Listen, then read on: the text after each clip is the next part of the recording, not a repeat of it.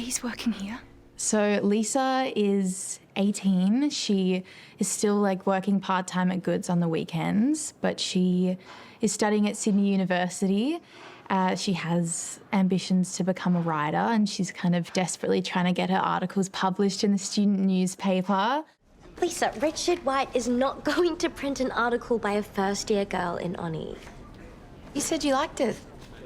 Pill is news. The boys write the articles and take the photos here, Lisa.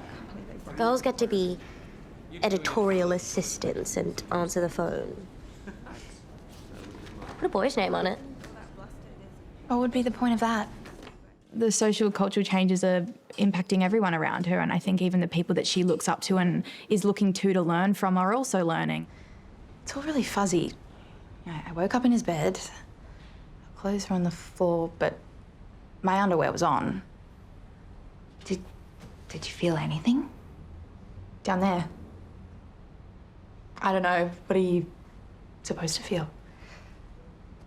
You're the one that goes to university. Haven't you read something?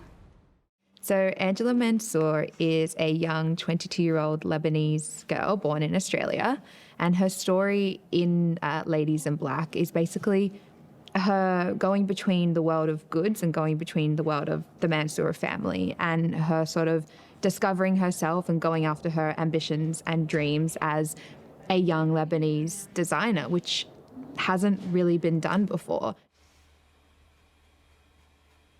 Angela? Yes? We're about to open.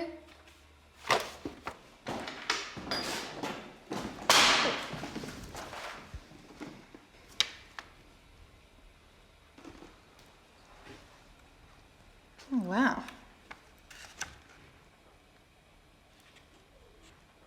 Amazing. With Lisa, obviously, they have a really beautiful relationship, friendship, which is kind of, I think, one of the like pivotal love stories in the show. Go on then. Search me. Look, I'm sorry. You should just go. No, not on your Nelly. Please, I said I'm sorry. What on earth is happening here? Oh, this assistant is accusing me of shoplifting. Well, Mrs. Ambrose thought you might be suspicious. How dare you?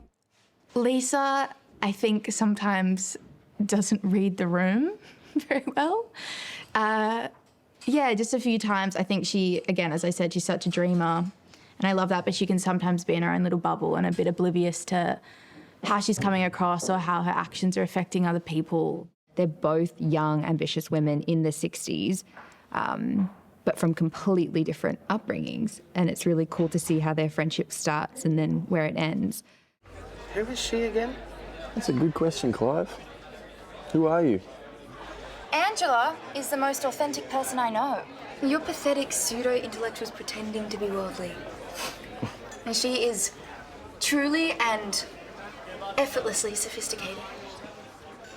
You know, they're very excited, and there's a whole world in front of them and a whole life in front of them. And I think for Faye, there's an aspect of being of a different generation, but not of Magda and Virginia's generation. So she sort of bridges the gap, I think. So she can have sort of more intimate conversations with them and talk about relationships, but there is a protective nature to it as well. I wanted your advice about this guy I met. You want my advice, Lisa? Have nothing to do with him. Faye is going through her own stuff, and I think her patience with Lisa wanes. Yeah. Angela's relationship with Faye, it's a little more, you know, she's the wiser co-worker at Goods, and she's not that much older, but she's been through a little more life, especially in terms of relationships and men. She in the show is, you know, asks for the pill because she's not ready to have a family, but at the same time struggles with the conversation with her husband about not being ready to have a family. So she's got this like push-pull that I think is indicative of women at that time and of her age. He just gave it to you. Perfectly healthy woman. Rudy, we're in debt up to our Yeah, I will pay back Magda and Stefan. Yeah, but the house, the car... You loved his house. Yes, and I love you. But we can't afford to start a family right now, so I am taking the pill, Rudy. Lisa and Angela, played by Claire and Azizi, you kind of go, there's an opportunity for change for them, whereas kind of Faye maybe is just, she's on the cusp of maybe missing the boat of that change. And yeah, so for me, I kind of go, oh, it's so amazing how a few years difference between those girls could really have opened up more opportunities. And I think that's what the show is kind of, you know, doing, is like there's this change coming to Sydney and how are they all going to deal with it.